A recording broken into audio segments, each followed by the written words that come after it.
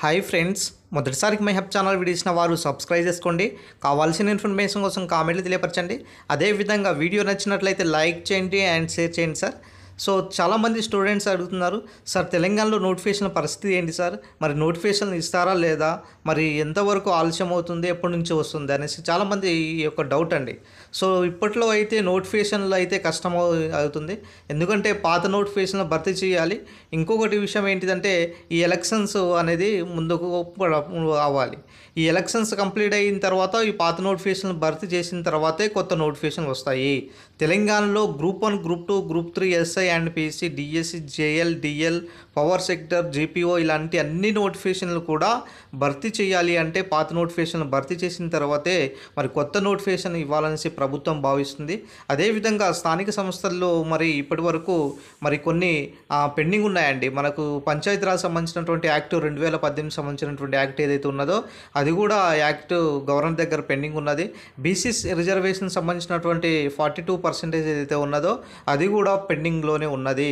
So దీనిలో భాగంగా మరి కాంగ్రెస్ ప్రభుత్వము వచ్చి దాదాపుగా 2.5 సంవత్సరాలు అయినా సరే ఇప్పటి వరకు ఒక నోటిఫికేషన్ లేదు. సో నోటిఫికేషన్ ఇవ్వాలనేసి కూడా సో నిన్ననే చిక్కడపల్లిలో ఫ్లక్కర్డ్ ప్రదర్శిస్తూ నిరసన తెలుపుతూ నిరుద్యోగులు ఇక్కడ ఒక కార్యక్రమం అయితే చేపట్టడం జరిగింది. జాబ్ క్యాలెండర్ విడుదల చేయాలి, చట్టబద్ధత కలిగిన జాబ్ క్యాలెండర్ను వెంటనే విడుదల చేయాలనేసి నిరుద్యోగులు ప్రభుత్వానికి డిమాండ్ చేయడం జరిగింది సార్. అయితే చిక్కడపల్లి దగ్గర ఉన్నటువంటి కేంద్ర గ్రంథాలయం ఆవరణలో నిరుద్యోగులు అయితే నిరసన తెలిపారు. ఈ సందర్భంగా మాట్లాడుతూ నిరుద్యోగుల ఓట్లతో గద్దెనెక్కిన ముఖ్యమంత్రి రేవంత్ రెడ్డి వారికే అన్యాయం చేస్తున్నారనేసి ఆగ్రహం వ్యక్తం చేశారు. స్థానిక సంస్థల ఎలక్షన్ లోపే ప్రకటనను విడుదల చేయాలనేసి ఇక్కడ కోరుతున్నారు. మేజర్గా ఏంటిది సార్ అంటే ఏంటిదంటే ఈ స్థానిక సంస్థల ఎలక్షన్ అనేది ఈ కార్యక్రమం ఏదైతే ఉన్నాయో ఈ 2 బిల్లులతో పెండింగ్ ఉన్నాయి కాబట్టి మరింత ఆలస్యంగా ఉండే అవకాశం ఉన్నది. కాబట్టి స్థానిక సంస్థ ఎలక్షన్ లోపే ఇవి ముందే భర్తీ చేసి ఈ ఎలక్షన్స్ కంటే ముందే భర్తీ చేసి ముందు నోటిఫికేషన్ ఇచ్చి మరి తర్వాత మీరు స్థానిక ఎలక్షన్లో వెళ్ళిపోండి, అప్పటి వరకు మీరు చదువుకుంటామనేసి నిరుద్యోగులు చెప్తున్నారు. సో దీనిపైన ప్రభుత్వం దృష్టి పెట్టాలి, ఖచ్చితంగా నిరుద్యోగులకు అవకాశం ఇవ్వాలి.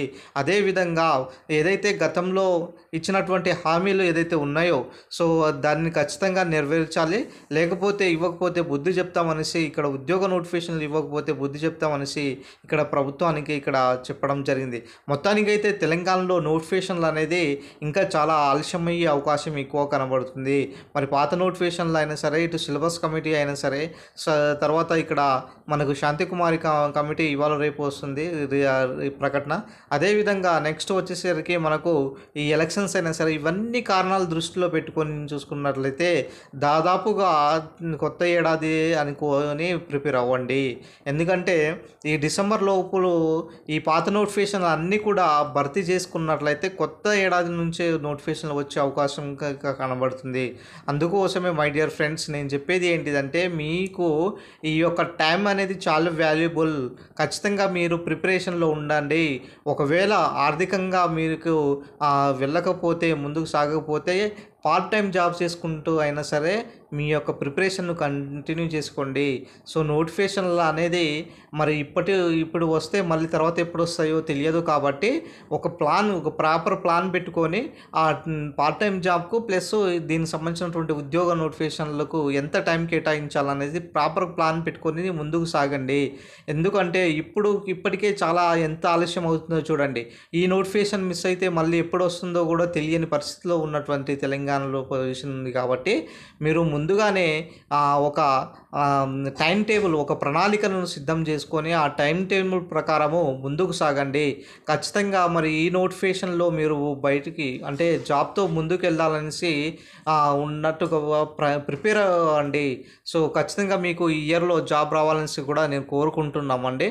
సో తెలంగాణలో నోటిఫికేషన్లు SI constable, GL, DL and GPO, SIPC ఇలాంటి మొత్తం కూడా మనకు కొత్త నోటిఫికేషన్ కొత్త ఏడాదిలోనే వచ్చే అవకాశం ఎక్కువ కనబడుతుంది. ఈ డిసెంబర్ లోపల మరి ఈ పాత నోటిఫికేషన్లు అన్నీ కూడా భర్తీ చేసుకున్నట్లయితే కొత్త ఏడాదిలోనే సరికొత్తగా నోటిఫికేషన్లు వచ్చే అవకాశం ఎక్కువ కనబడుతుంది. అదేవిధంగా సిలబస్ కమిటీలు, అదేవిధంగా ఇక్కడ చూసుకున్నట్లయితే ఉద్యోగ ఖాళీల కమిటీలు, అదేవిధంగా గ్రూప్ 1 సంబంధించినటువంటి కేసు దాదాపు కూడా ఇప్పటికీ ఈ రోజుతో దాదాపుగా 2 months దాకా అయిపోయింది. మరి ఇప్పటి వరకు దానికి సంబంధించినటువంటి తీర్పు అనేది ఇవ్వలేదు. ఆ తీర్పు వచ్చిన తర్వాత పాత నోటిఫికేషన్లు అన్నీ భర్తీ చేస్తారు. భర్తీ చేసిన తర్వాతనే మీకు నోటిఫికేషన్ వచ్చే అవకాశం ఎక్కువగా కనపడుతుంది. ఇది ఈరోజు సంబంధించినటువంటి అప్డేట్ అండి. వీడియో నచ్చినట్లు లైక్ చేయండి, షేర్ చేయండి, సబ్స్క్రైబ్ చేసుకోండి my dear friends. Thank you friends, thank you one and all.